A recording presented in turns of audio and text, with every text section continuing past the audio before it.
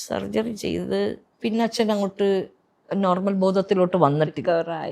അന്നേരം അവർ പറഞ്ഞിങ്ങനെ operation കഴിഞ്ഞിട്ടുണ്ടാവുന്നൊരു hallucination ഉണ്ട് ആ സാധനം. അപ്പം അവിടെ നിന്ന് എന്തോ പിടിക്കാൻ ഇങ്ങനെയൊക്കെ കാണിക്കുന്നത്. അപ്പം അതൊക്കെ ഒരു ഹലൂസിനേഷനാണ്, അവിടെ ഒരു സാധനം ഉണ്ടെന്ന്. അത് അങ്ങനെ അത് മാറും.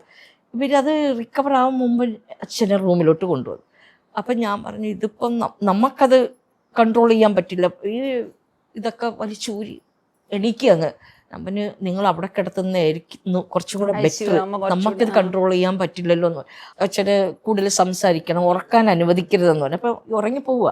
പിന്നെ പറയുന്ന അച്ഛൻ്റെ കിഡ്നി ഫെയിലിയർ ട്രബിളായി എന്ന് പറയുന്നുണ്ട്. ഇവർ കൊണ്ടുപോയിട്ട് ഡയാലിസിസ് ചെയ്തിട്ട് പിന്നെ നമ്മളെ റൂമിലോട്ട് വിളിച്ചു പറഞ്ഞ് ഡയാലിസിസ് ചെയ്ത് കൊണ്ടുവന്നിട്ടുണ്ട്. ഞാൻ ഐസിയിലോട്ടായിരിക്കും കൊണ്ടുവന്നത്. അപ്പം ഒന്ന് വരാൻ പറഞ്ഞു.